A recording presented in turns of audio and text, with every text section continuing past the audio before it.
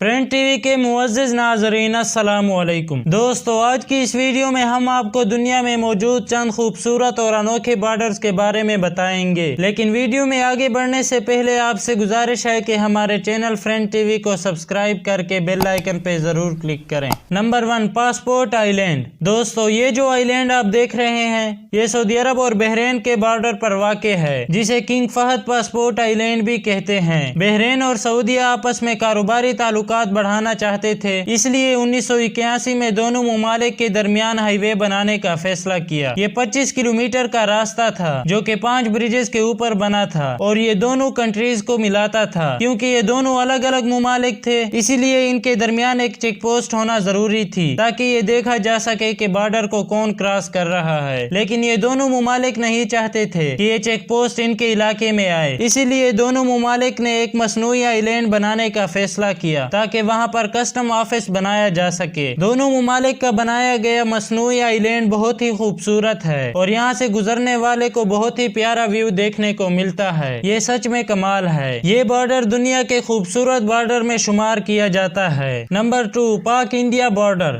دوستو، اب بات کرتے ہیں دنیا کے خطرناک بارڈر میں سے ایک پاکستان اور انڈیا کے بارڈر کی، جو کہ انٹرنیشنل بارڈر میں سے ایک ہے۔ اس کی لمبائی 2912 کلومیٹر ہے اور یہ دنیا کا واحد ایسا بارڈر ہے جو رات کے وقت سپیس سے بھی دکھائی دیتا ہے، اور اس کی بڑی وجہ یہ ہے کہ اس پر لگائی گئی لائٹس جو کہ رات کے وقت کافی چمکتی ہے۔ یہ بارڈر سیاچن گلیشیئر سے ہو کر گزرتا ہے، جہاں کا ٹیمپریچر -60 ڈگری سے بھی نیچے گر جاتا ہے، اور وہیں یہ بارڈر تھر ریگستان سے بھی ہو کر گزرتا ہے، جہاں کا ٹیمپریچر 50 ڈگری سے بھی بڑھ جاتا ہے۔ لانگیسٹ بارڈر کی فہرست میں پاک انڈیا 5ویں نمبر پر موجود ہے۔ Number 3، pen and the wheels. دوستو، یہ جو آئی لینڈ آپ دیکھ رہے ہیں یہ اسپین کے ایک پروونس میں واقع ہے جو کہ موراکو کی کوسٹ پر واقع ہے۔ اس جزیرے پر اسپین کا بارڈر ہے۔ یہاں پر اسپینش ملٹری ہر وقت پہرا دیتی ہے۔ یہ جزیرہ بہت ہی چھوٹا ہے، اس لیے یہاں کی آبادی بہت کم ہے۔ اس کو دنیا کا شارٹیسٹ بارڈر مانا جاتا ہے۔ یہ صرف ایک چھوٹے سے پہاڑ پر مشتمل ہے۔ اسپینش ملٹری نے 16ویں صدی میں اس جزیرے پر قبضہ کیا تھا۔ موروکنز نے اس پر کافی سارے اعتراضات کیے کیونکہ یہ جزیرہ ان کے کوسٹ کی حدود میں آتا تھا، لیکن کچھ بھی نہیں بنا۔ اس بارڈر تک جانے کا صرف ایک ہی راستہ ہے اور یہ راستہ موراکو سے ہو کر گزرتا ہے۔ یہاں پر ملٹری ہیلی کاپٹر کے ذریعے سے آتی ہے۔ یہاں پر لینڈ کے ذریعے سے کسی کو بھی جانے کی اجازت نہیں، حالانکہ اسپین کو بھی بارڈر تک رسائی حاصل کرنے کے لیے بہت مشکلات کا سامنا کرنا پڑتا ہے۔ ویڈیو اگر پسند آ گئی ہو تو لائکس اور سبسکرائب کرنا نہ بھولیں۔